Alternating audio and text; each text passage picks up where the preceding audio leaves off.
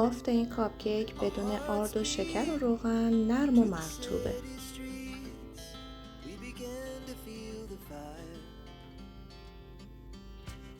سلام دوستان، بریم که با هم یک کاپکیک شکلاتی خوشمزه آماده کنیم. 1 عدد تخم مرغ رو به همراه نوک قاشق چایخوری وانیل با همزن دستی حدود 1 تا 2 دقیقه هم میزنیم.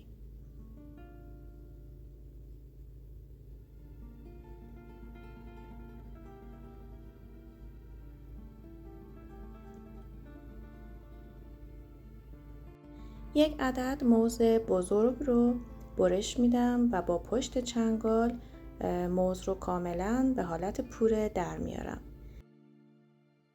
خوشحال میشم که برای من کامنت کنید که از کدوم کشور و کدوم شهر ویدیوها رو دنبال میکنید و ممنون میشم که اگر از این ویدیو خوشتون اومد با لایک، کامنت و سابسکرایب از من حمایت کنید.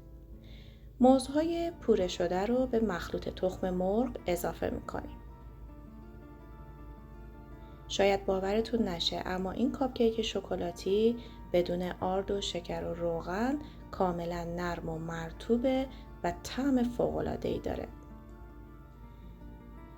1 دقیقه با همزن دستی مواد رو با همدیگه مخلوط میکنیم.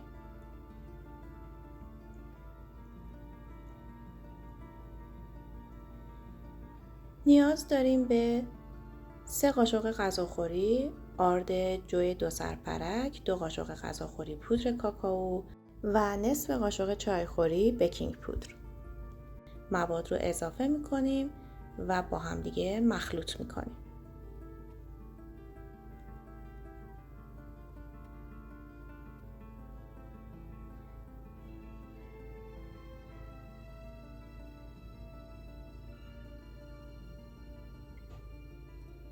فر رو از قبل با دمای 180 درجه خوب گرم کرده باشید و مواد کاپکیک رو داخل قالب کاپکیک قرار میدیم. اگر دوست داشتید میتونید زیر کاپکیکاتون از کپسول های کاغذی استفاده کنید، وگرنه باید با روغن جدا کننده قالبتون رو چرب کنید. 2/3 قالب رو پر میکنیم و بعد شکلات تلخ رو داخل مواد کاپکیکمون قرار میدیم.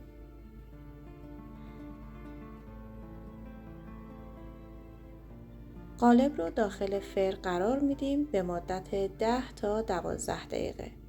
زمانی که کاپکیکاتون کاملا پف کرد از داخل فر خارج کنید و بعد از سرد شدن با سس شکلات نوش جان کنید. از اینکه تا انتها با من همراه بودید سپاسگزارم. تا آموزش بعدی، خدا نگهدار.